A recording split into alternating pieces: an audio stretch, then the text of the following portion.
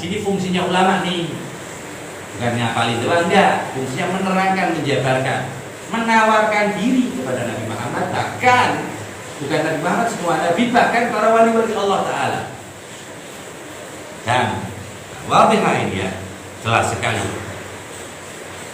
Contohnya udah masyhur.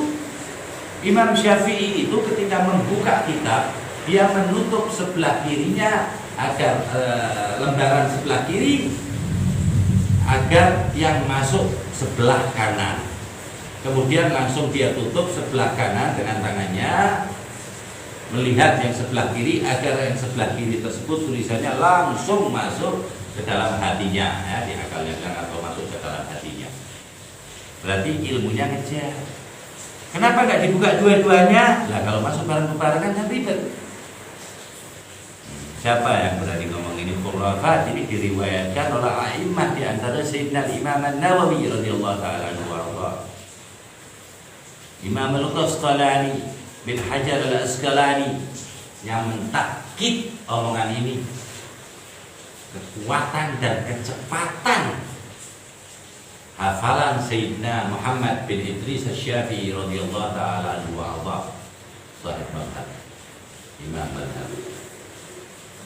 Ilmu tuh masuk semuanya, kecerdasannya, dan itu pun sudah diisyarahkan oleh Rasulullah Sallallahu Alaihi Wasallam.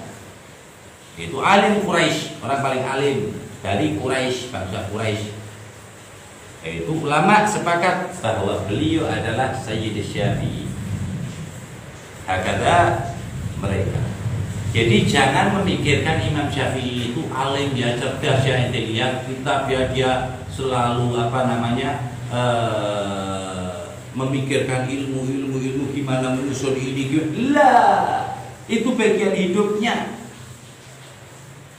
Di dalam hati Imam Muhammad bin Idris Asy-Syafi'i radhiyallahu ta'ala anhu wa rabbi fanfa'na bisyafi'i.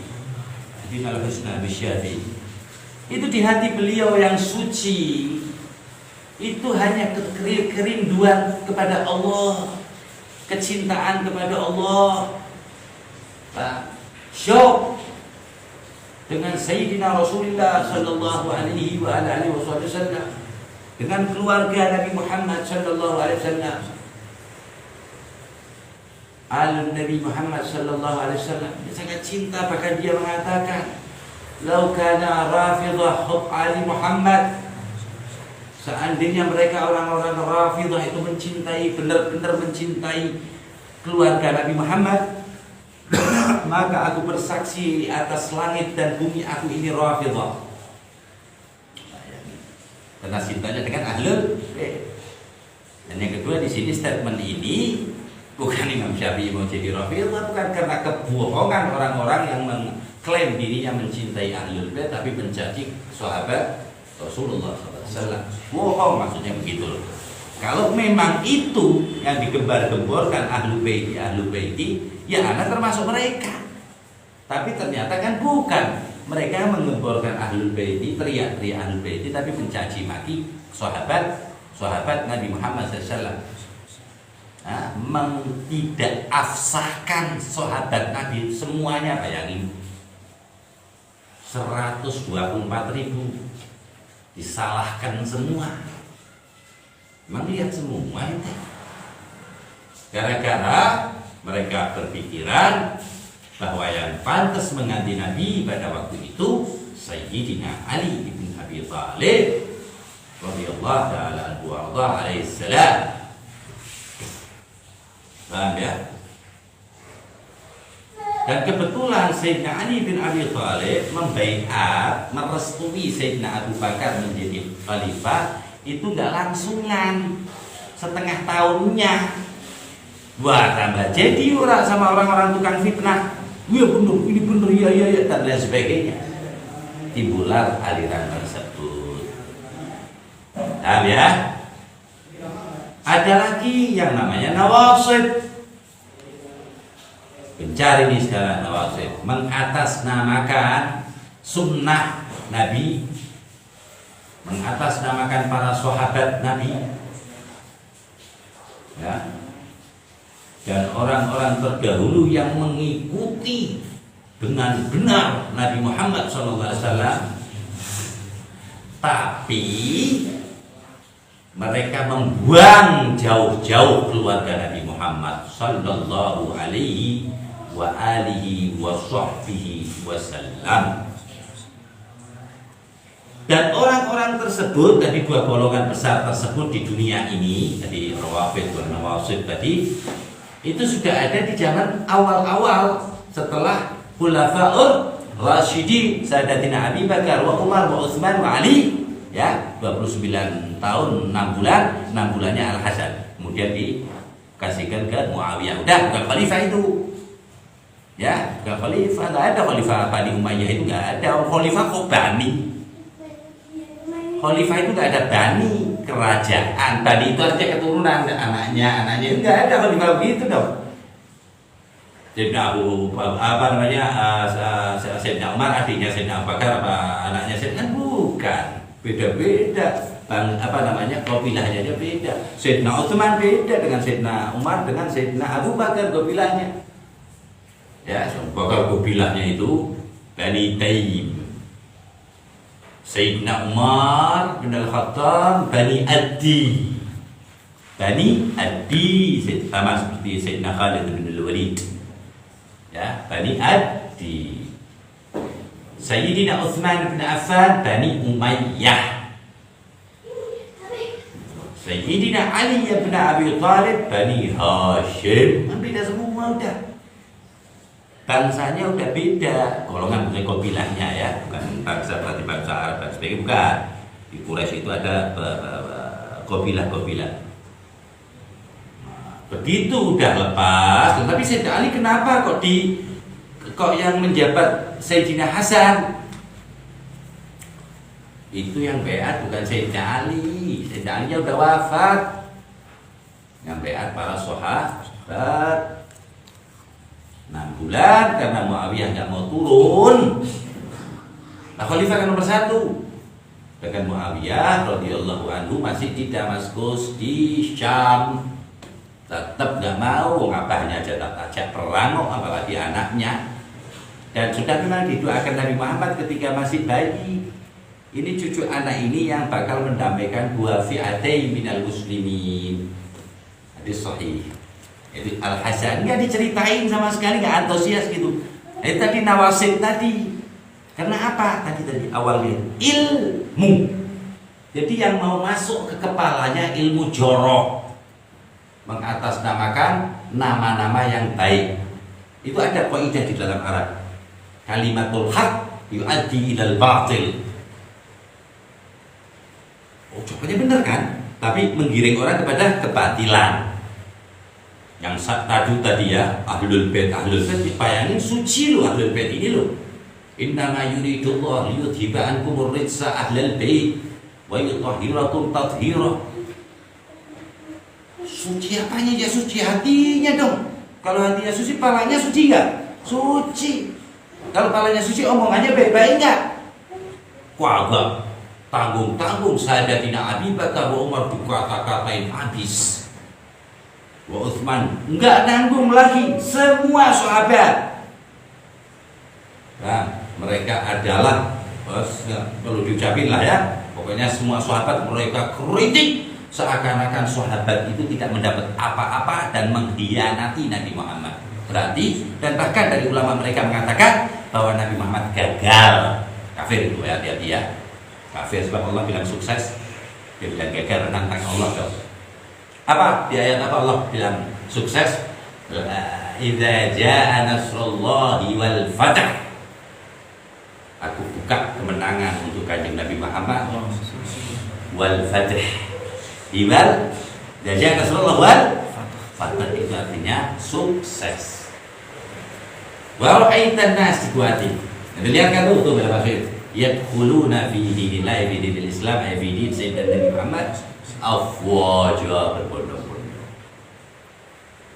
Agar jadi sampai senengnya itu sampai mentuhankan, nggak nanggung-nanggung. Kemudian menyalahkan, kalau menyalahkan Allah, Allah kan dianggap songong gila ya. Dia menyalahkan Sayyidina Jibril alaihissalam.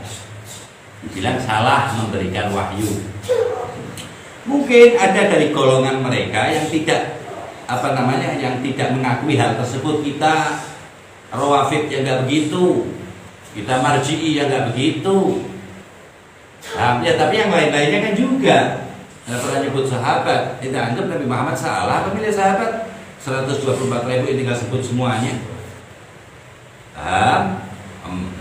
Nawasib parah nih zaman sekarang sih. Kalau itu udah lewat, itu udah gak laku.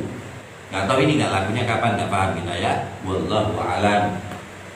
Kalau laku tantangan bagi kita untuk menambah pahala-pahala kita, lebih hati-hati dan lain sebagainya. Kalau nggak laku, alhamdulillah. Semuanya ada hikmahnya yang Allah turunkan, yang Allah berikan. Bagi yang paham, afala tatafakkarun, afala taqilun. Kali dipakai apa nggak boleh ditakwil, berat. Seperti itu ya. Satunya lagi, golongan besar lagi, yang mengaku mengikuti sunnah Nabi Muhammad SAW, menisbatkan mengikuti Nabi Muhammad lewat sahabat, lewat tabi'in wa aslafun as-salihin. Mengklaim itu kalau Roma itu ikut berdakwah, dia akan teriak bohong. Seperti itu. Sama juga kalau ini mencaci sahabat, kalau ini mencaci ahlul bait, tapi sifatnya lebih vulgar Rafidhah. Secara ucapan ya, secara ucapan lebih vulgar Rafidhah. Secara fikrah, pemikiran lebih ekstrim Nawasib. Pengkafiran, pensyirikan kan serem.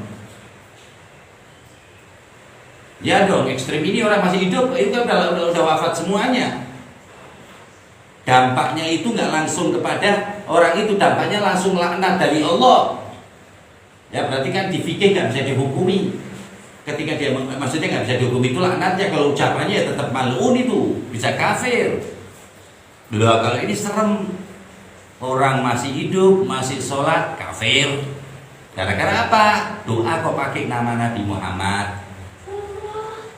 Doa kok pakai dupa.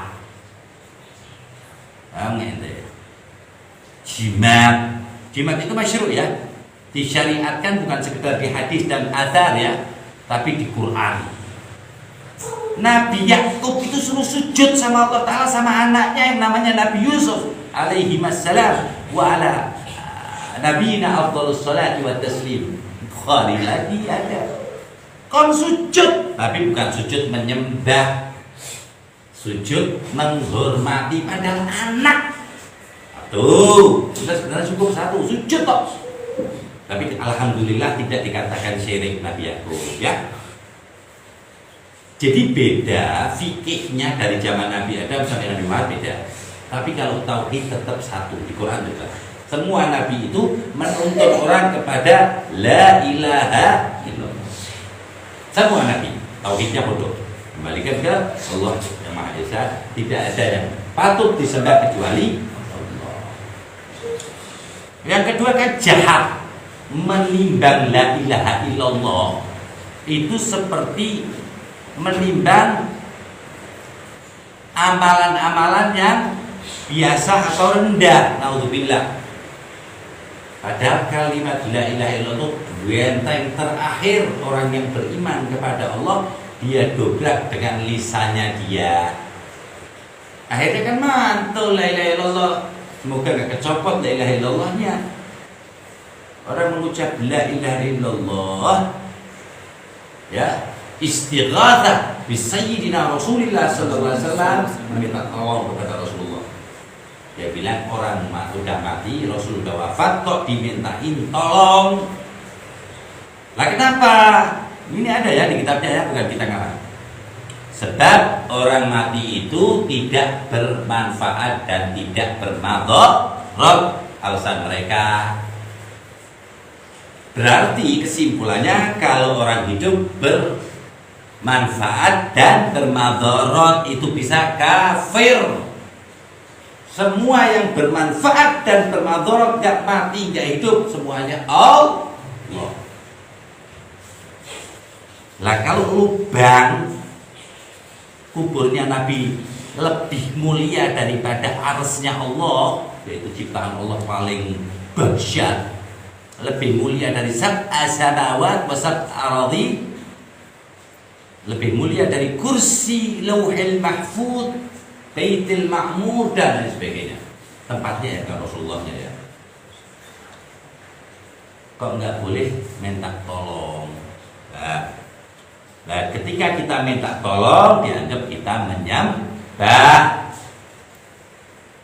Nah, syirik berarti menduakan Allah. Nah, padahal kan Rasulullah itu sudah sepakat bahwa tibbil qulubi wa dawaiha. Itu tibbul atiba'il qulub maksudnya ya. Tib atiba'il qulub. Dokter dari semua dokter-dokter hati.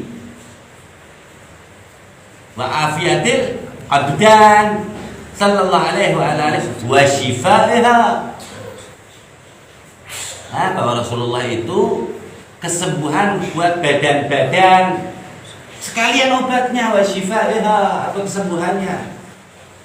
Ketika ke tempat Rasulullah dibilang menyekutukan Allah, ketika ke tempatnya dokter dan dikasih obat, dia istighatsah nggak? Ke dokter kan meminta tolong, nggak ada dok sini gua kabarin jadat, gua kesini nggak mau minta apa-apa sama ente, cuma mau silaturahmi kan nggak ada.